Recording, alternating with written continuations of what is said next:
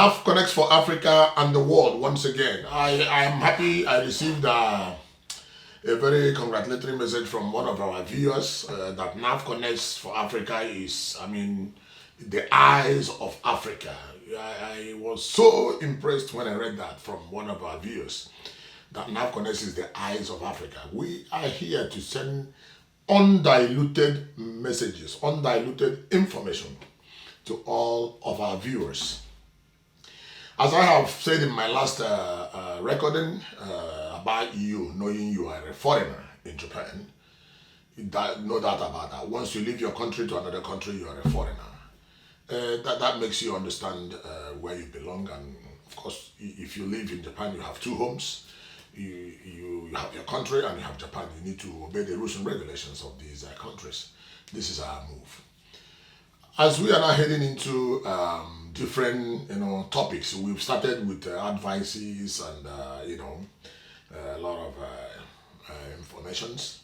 Now we are at the verge of going into some difficult topics, and these difficult topics will not only be treated by my talk show.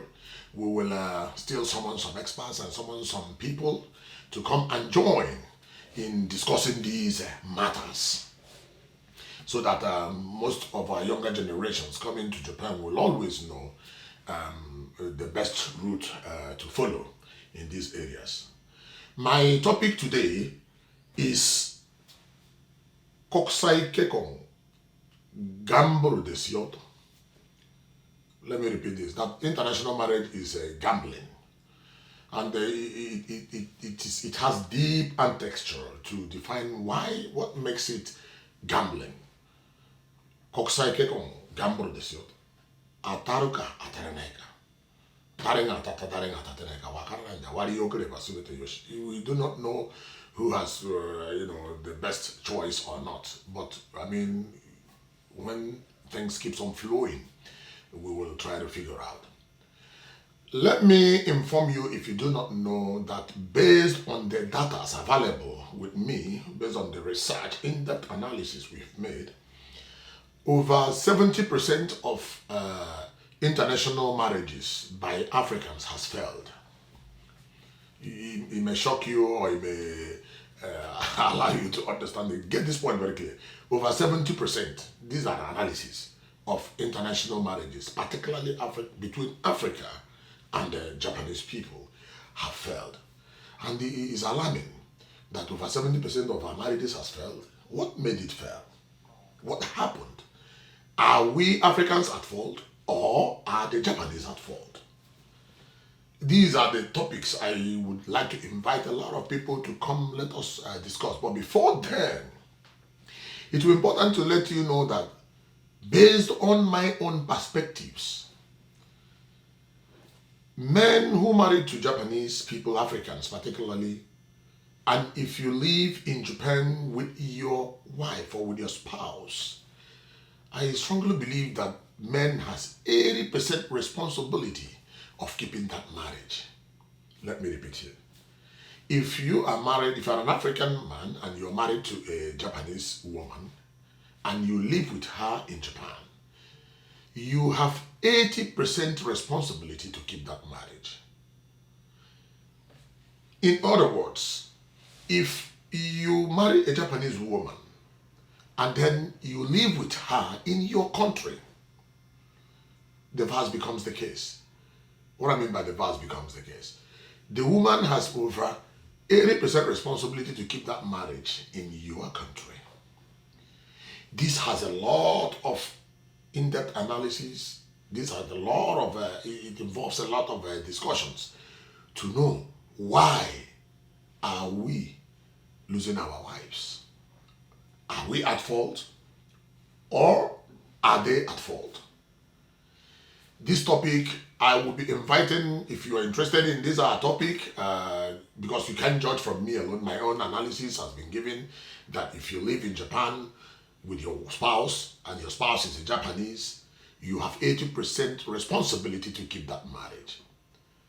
If you live with her in your country, she has 80% responsibility to keep the marriage moving, to build, this institution, the greatest institution of mankind. That is the unification of man and woman. So we would like to invite a lot of people who has experiences, both good and bad.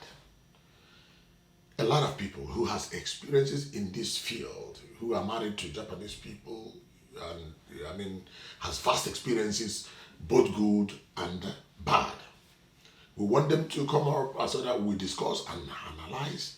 My opinion that you have 80% responsibility to keep the marriage if you live with your wife here, and she has in the otherwise.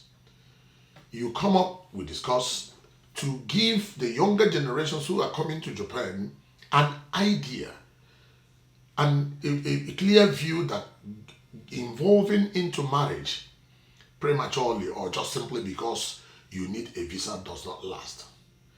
Involving into marriage, you should know why you are getting involved and then what you are going to see in those marriages from the experiences drawn from other people who have experienced good or bad.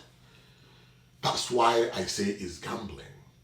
Because if I should portray a little more in brief, saying international marriage is gambling,国際結婚はギャンブルだって言ってるのは、if you check our educational system, our cultural values and everything our languages are quite different. It requires a lot of hard work to cope with other countries, culture, other countries' socio-cultural values, other countries' academic values. So when we are both two different continents and both two different people who have different orientation, then bringing these orientations together to build one particular culture in your house takes a pound of flesh. It's a very difficult thing. So if you are married to a Japanese and you're living with her in Japan, know you have 80% responsibility to keep that marriage. And if she lives, I repeat, if she lives with you in your country, she has 80% responsibility to keep the marriage. If our marriages as Africans, then the divorce rate becomes 70% based on data available. Something needs to be done to educate our younger generations on what to do and what happened. What made it this way?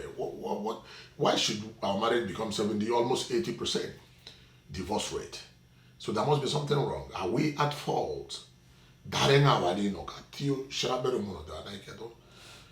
Demo, whatever Moshi who is at fault?